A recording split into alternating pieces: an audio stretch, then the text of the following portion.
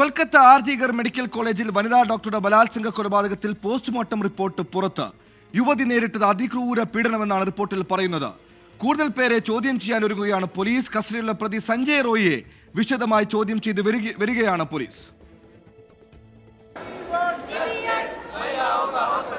വനിതാ ഡോക്ടറെ ബലാത്സംഗം ചെയ്ത് കൊലപ്പെടുത്തിയ കേസിൽ ഉത്തരവാദികളായവരെ അതിവേഗം ശിക്ഷിക്കണം, ആശുപത്രികളിൽ സുരക്ഷ ഉറപ്പാക്കണം എന്നീ ആവശ്യങ്ങളുമായാണ് റെസിഡന്റ് ഡോക്ടർമാരുടെ രാജ്യവ്യാപക പണിമുടക്ക്. കൊൽക്കത്തയിൽ കഴിഞ്ഞ 3 ദിവസമായി പ്രതിഷേധം തുടരുകയാണ്.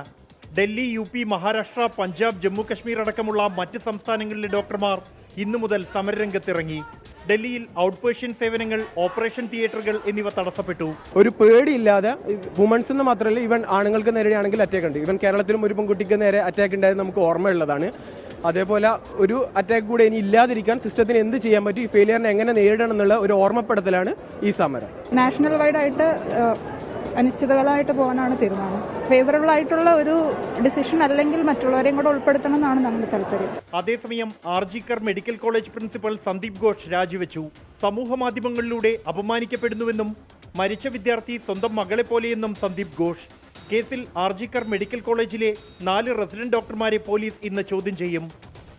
കുറ്റകൃത്യം നടന്ന സമയത്ത് മെഡിക്കൽ കോളേജിന്റെ 4ാം നിലയിലുണ്ടായിരുന്നതായി CCTV ദൃശ്യങ്ങളിൽ കണ്ട 4 പേരെയാണ് ചോദ്യം ചെയ്യുക.